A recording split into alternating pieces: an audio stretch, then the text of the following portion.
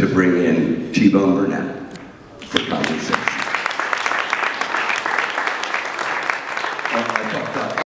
Well, it's I forget, do you know who wrote this song? I don't. But my parents had shelves full of 78s, and I used to listen to those. And this naughty lady of Shady Lane is saying, you're worried that this is some kind of lady of ill repute, you know. And at the end of it, you find out she's like 5 years old or something. And it was an extraordinary reveal. And it taught me something about songwriting, and it taught me something about life, and it tricked me. And then the next one was When You Begin to Begin. It's called the Cole Porter song. And I realized, and it was on a 78, and I realized that music can transport you to a whole other place. And Begin to Begin is about a dance. When we begin to begin, the world is alive with tropical splendor. And I would put that on and I'd be in Polynesia or something. And then, but my first memory of music, where I thought, oh, this is something I could do. This is something I want to do with my life, was I was at a friend's house and he had a little 45 player. Remember those little boxes about this big? Everybody who's over 105, like I am. And Jerry Lee Lewis was singing a whole lot of shaking going on. And I remember very clearly rolling around on the floor laughing at this explosion of energy and freedom and not caring in the least about the status quo. You know, it was obvious he was going someplace, he was saying something that people in polite society didn't say. Yeah, I was about 7 or 8 when I heard this. And I thought, this is what I want to do I want to do this for the rest of my life. And then rock and roll lasted, when was that? That was maybe 1957, was that 57? And rock and roll lasted from about then, maybe a year or two before that, till about 1950. Hey, be quiet back there. Till about 1959. And by 1959, Buddy Holly had died in a plane crash. Jerry Lee Lewis was disgraced by the status quo. Also, I mean, he did do a very Louisiana thing. You'll forgive me for saying so. Chuck Berry was in jail also for sort of a Louisiana thing. Elvis Presley was in the jail in the army. You know, Eddie Cochran had died in a plane crash. The whole Little Richard was in the ministry. He had been guilted into being a minister, and the whole thing was dead. And what it replaced it was this sort of saccharine, whatever that was. Mitch Miller, who was the head of A&R for Columbia Records at the time, so it was all very smoothed out. All the rough edges were taken off everything, and whatever Jerry Lee Lewis was doing was or Little Richard was by that time, Pat Boone going, wop, bop, loop, you know, it was like we're taking, Pat Boone was from Fort Worth. He was a milk salesman on television, on a local station when I was a kid. And, you know, and I mean, you know, all that music was dirty. It all came out of hokum. You know, hokum was like early 20th century music. It was just flat out dirty and funny. And so the rock and rollers were taking that hokum and turning it into something. They were subversive. They were making it so it would get played on the radio. So it wasn't quite as dirty as it was originally, which I guess hokum was played in vaudeville and honky tonks and whorehouses. At any rate, what happened then was the Beatles came along. And you know, one of the things we'll talk about in a minute, the Beatles are crucially important Americana artists. You know, even though they're from England, they gave us back our music. The Beatles played American music. I think of all of this as American music, starting with Buddy Bolton and Louis Armstrong and Bolden and you know, going through the whole last century into now. And the Beatles and the Rolling Stones were extraordinary. And I hope one of these days, pretty soon, they'll be given Americana awards, you know, because they deserve it, because they really when we had given up on this music that grew up out of the ground, they heard it and gave it back to us in the most beautiful way. And you know, the Beatles opened up, they took the germ of that thing that came from Jerry Lee Lewis and Sister Rosetta Tharpe and you know, many other people, and opened up, you know, the first heavy metal song was Helter Skelter. The first country rock song was I Don't Want to Spoil the Party, you know. Everything else that came after that, Graham Parsons, and everything that came after I Don't Want to Spoil the Party, owed a debt of gratitude to that song, to their understanding of the nexus, the intersection, to use that word, of country music and blues music and you know, music from the Appalachian Mountains and music from the Mississippi Delta, and the way one of the things I want to say tonight, because I'm giving a few remarks at this event tonight, is I'm going to say, if you want to know what's good about the United States, listen to the music. Because in our music, people from all different cultures, all different religions, all different countries, different ethnicities, with different experiences, different ambitions, different views of life, have all come together in our music. And in our music, we've made harmony. We have realized the promise of the United States in our music. And that, you know, that's why I include all of this music in American music, Louis Armstrong and the Beatles. You know, the pop songs, all the great pop ballads, all go back to Hey Jude. I mean, yeah, Hey Jude, right? It was amazing when you look at what the Beatles did. They deserve a lifetime of Americana. Does that answer your question? With some new recordings of old work with Bob Dylan, and I think there's more going on to what motivated both of you than just a Foxy delivery system for an analog experience. I feel like it has something to do with speaking to the way that our culture both values music and has been seduced into devaluing music.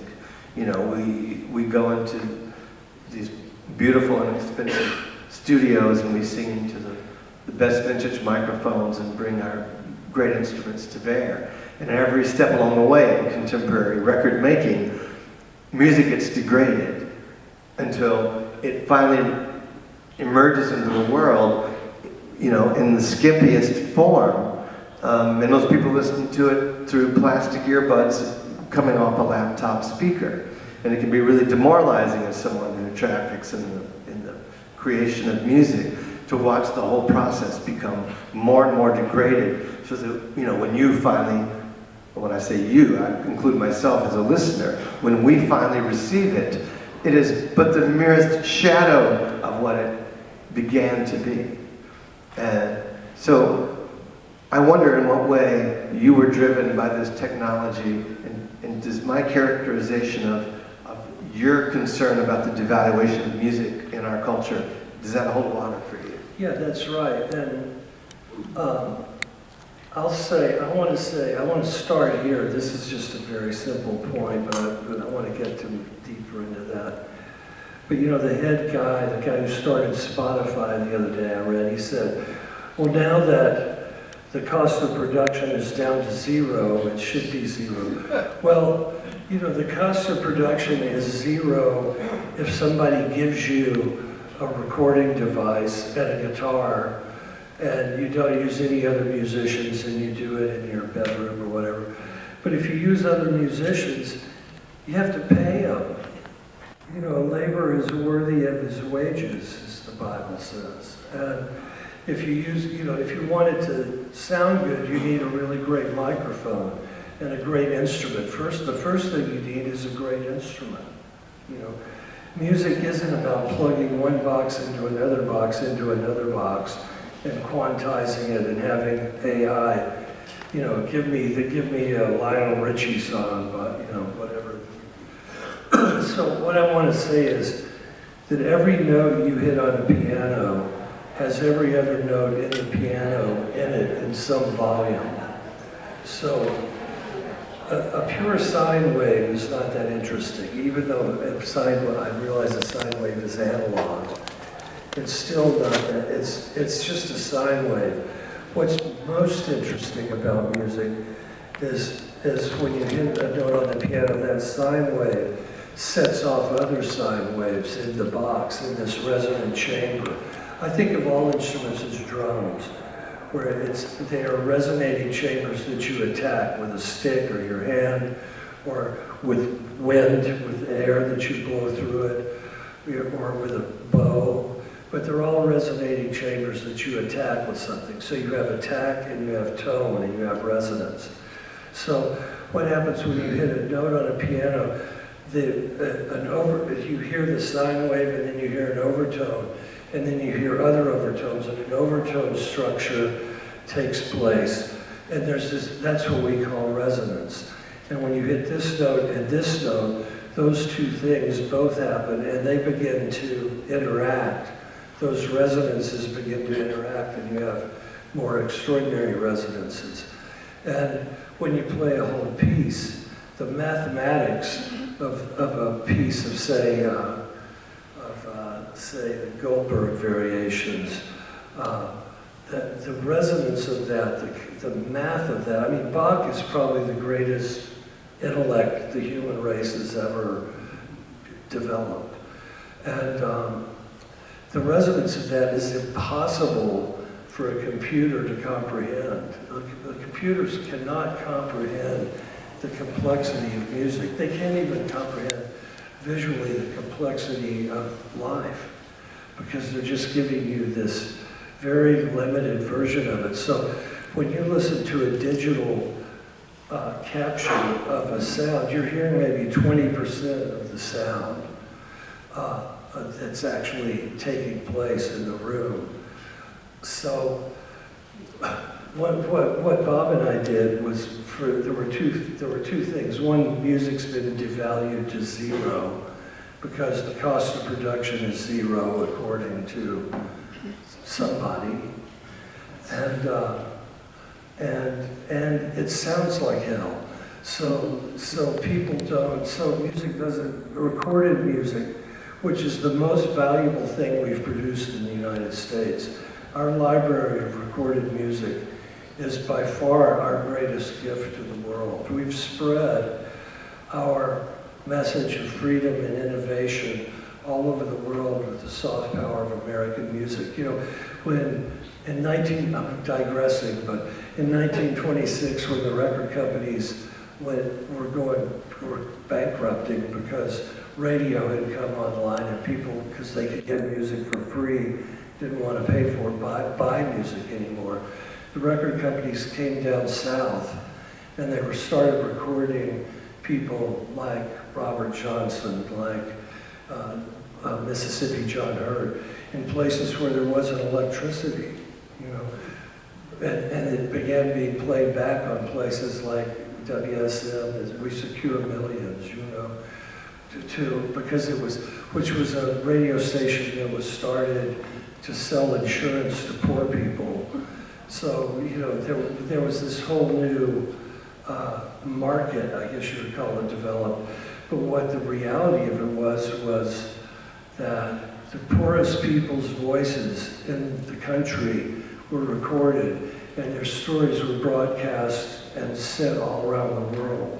And there's never been an act in human history like that that's happened in the United States by the recording world. That's what we did. It's an extraordinary thing we've done, and we should remember that as we go forward. Also, you know, as I was saying, it sounds like hell. So people don't respond to recorded music the way they used to. Music's become very background. Recorded music has. It's all become just a publicity event to get people to come to shows, basically. Which is all, that's all fine, and you know, there are musicians who are doing well, which shows Taylor Swift is certainly doing great. This is her second year where she's got to make over $1 billion. See, I view that as a wonderful thing. I love Taylor Swift and I respect her. But you know, while that's happening, the whole middle class of the world of music has been hollowed out. So what we've done is we've developed a new, better sounding, we've developed an archival analog storage medium that we call it ionic, because it's an ionic deposition on an acetate. Which an acetate, now we're getting in the weeds now. Okay. An acetate is the first disc that's made when all other discs are being made.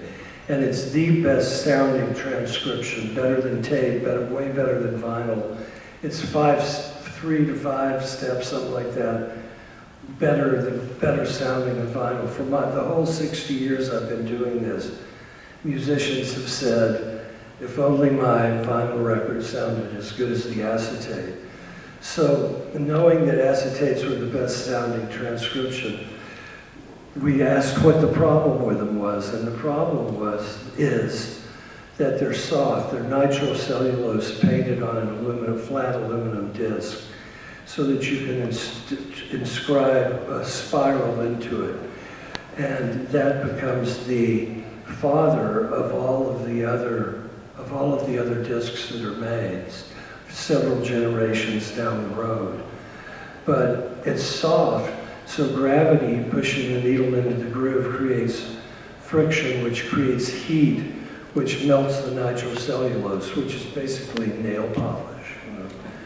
And the friction also creates static electricity, which attracts dust, which causes pops and clicks. So this is an acetate, you can only play it once, really, before it begins to degrade. So when you're making a vinyl record, you make acetates until you get one that's at the specifications that you like, that sounds the way you want it to sound. And then you throw that one away and make another one to those same specifications that's never played. And that becomes the father of all the other records. So we decided to see what we could do to the acetate to protect it from heat. And we went to Georgia Tech, where they make parts of the space station that are exposed to the direct heat of the sun. And they coat these parts of the space station, and they last many, many times longer than they would otherwise. So we experimented for a number of years, really, with different formulas, different substances, and we were able to create a disc that you can, an acetate, that you can play thousands of times and it doesn't degrade at all. I played it for Jimmy Iovine the other day, and he's like an extraordinarily powerful producer, and he's a smart cat. I love Jimmy.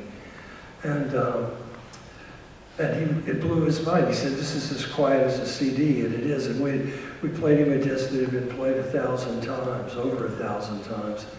And it had no noise, it had no, it had no pops and clicks, none of that. It was just dead quiet. But the music, because it's analog, the music sounds, analog captures resonance exponentially better than digital does. So digital is a non-resident medium. It's also not an archival medium, because Steve Jobs told me himself before he died that digital technology is turning over every 10 years, and that was a few years ago. So it's speeding up now. But things you do, things you recorded in Pro Tools, things you recorded 10 years ago, you can't recall anymore. You can't get it. you know, we had, for a while, we had DATs. Remember DATs? You, like, so many DATs, you can't get any information off them anymore. Plugins aren't supported that you record, that you used 10 years ago, 5 years ago, 20 years ago. So we're recording on a non-archival medium, and we're distributing it on a non-archival medium, which is not what we want. That's not, because if this were the case, we wouldn't know about Blind Willie Johnson today, you know?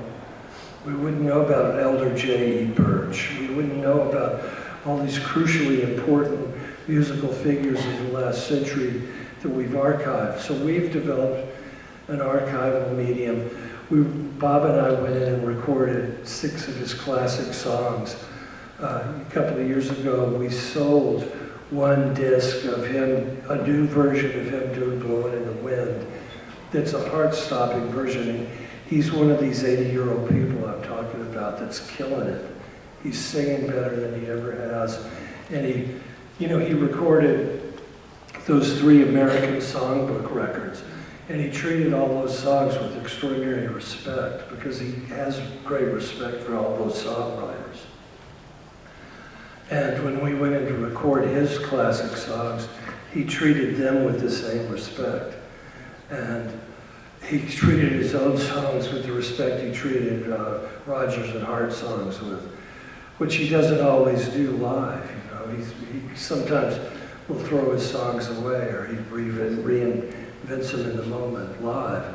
But this particular time he didn't. So we auctioned 1 10-inch ionic disc of Bob singing "Blowin' in the Wind" 60 years after he wrote it, and it brought $1,800,000 for 1 disc.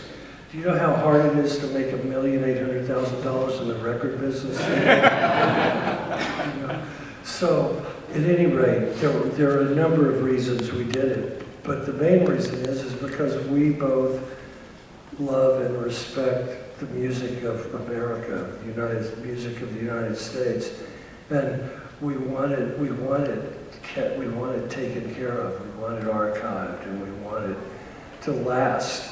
As in our view, that disc is the equivalent of an oil painting, and I don't think there is a more profound artist in the world today than Bob Dylan. The fact that he's a music artist doesn't make him any less of an artist than Rembrandt, for instance, or Cézanne. So that's what we're doing there.